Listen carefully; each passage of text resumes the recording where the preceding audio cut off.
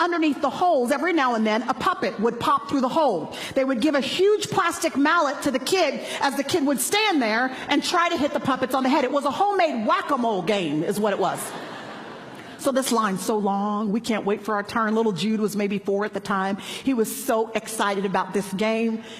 Behind us, there was probably a 4 or 5-year-old that was talking to his mom, and it was hysterical. All of us in the line were laughing. Long line, and this 4-year-old was so frustrated. Mom, I came to this carnival to have fun. I can't believe I have to stand in this line. Mom, how about you stand in the line while I'll go over here and play some other games? Then I'll come back when our turn is next, Mom. This is not what I came to the carnival for. Mom, are you sure I have to stand in this line and wait my turn? But he was not only frustrated because he had to stand in the line. He was frustrated as he watched the game because, Mom, I don't understand this game. Why in the world? What is the point of me popping these puppets on the head if when they go down, they're just going to come back up in a few minutes?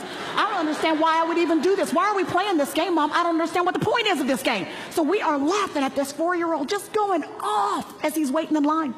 And before any of us could really think or see straight, I just saw a 4-year-old flash by my peripheral vision as he ran forward, grabbed the drapery off of the tabletop, and pulled it clean off. Underneath, there were 3 adults, puppets on each hand.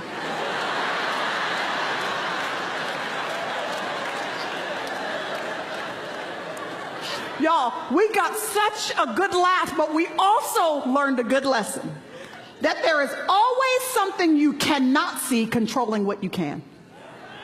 And if I spend all of my time and all of my energy popping at all of the symptoms of the problem, just dealing with those things that are occurring and erecting in our marriage and in our finances, in our struggle, and we spend our time and our money and our resources and our human rationale to figure out the problem, we will at best exhaust ourselves when we haven't even begun to tap into the root of where the real problem is stemming.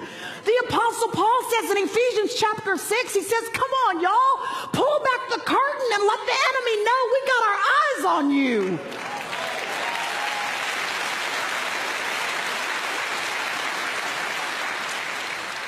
That it's not your spouse who is the problem. There's an enemy.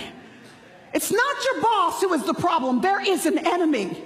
It's not even your own personal internal turmoil that is the main problem. There is an enemy who lives to stir dissension and division and to seed jealousy and envy, to cause you and I not to have any peace of mind and peace of heart. And the enemy wants, or Paul wants you to know how strategic the enemy is, y'all, because he says, listen, the enemy is scheming against you. Somebody say scheme. Listen, if I find out that somebody has done me wrong, I mean, I'm upset, but I can get over that. But if I find out somebody has been planning to do me wrong, now that's a whole nother story. I find out you've been scheming against me, meaning you've been sitting back studying my tendencies and my patterns. You've been watching for where I come and what I go, and you've been trying to take advantage of what the weaknesses of my flesh are. You've been looking into my personality to figure out what would be the best way to throw me off course. When I find out that not only have you been studying me, but you've been studying my husband, trying to look into his history so that you can figure out, given my history and his history, the best way to make explosions of anger happen in our family. When I find out you've been trying to explore his weaknesses so that you can tempt him away from his heart and his emotions being at home with me. When I find out that not only have you been studying me and my man, but you've been also looking into my 3 boys, these little men that the Lord has given me to raise in the fear of God, and you've been trying to figure out the best way to thwart them from reaching the destiny that God has assigned to them. You're trying to figure out the best way to take advantage of their fears and their weaknesses and their deficiencies. When I find out you've been studying me and the people that I love, you better believe that now a holy indignation rises up on the inside of me.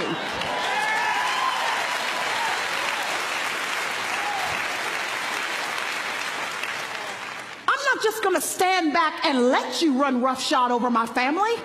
I'm not just going to stand back and let my city decline continuously and just act like you are not there playing us for the fool. I will be the one, and I pray the Church of Jesus Christ will be the one that will stand as gatekeepers in our community and say, not today, not on our watch.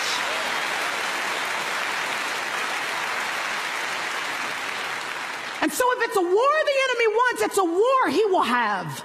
Not by our strength and not in our power, but by the power of God's own Spirit. The victory is already won. And we have the privilege to claim that victory and experience it as a regular part of our lives. So would you know, everything that has happened this week, y'all, all the devastation and all the tears that have been cried, all the lives that have been lost, underneath it all, it's not about officers and it's not about racial division. There is an enemy trying to stir up trouble.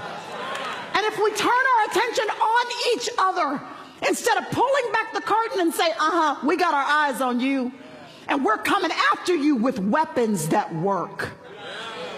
The Apostle Paul says, put down all of the weapons that are futile. They're just popping at symptoms, and they may take care of them in your marriage or in your city or in your home. They may take care of them for a while, but you better believe when one goes away, there's another one coming right back up.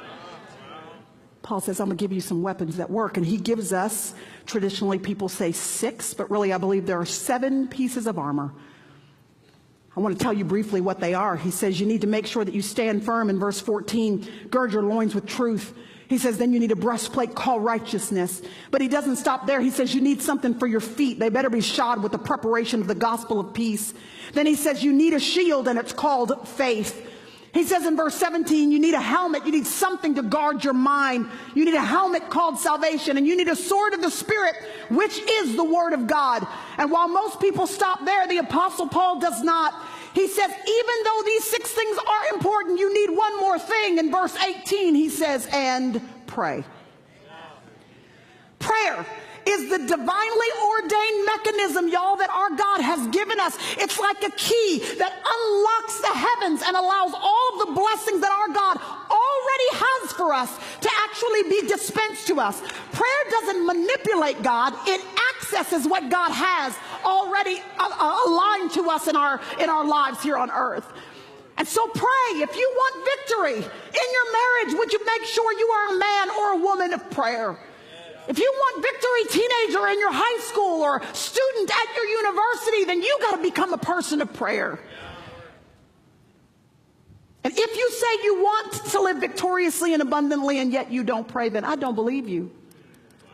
Because prayer is how we live in the abundance of our God.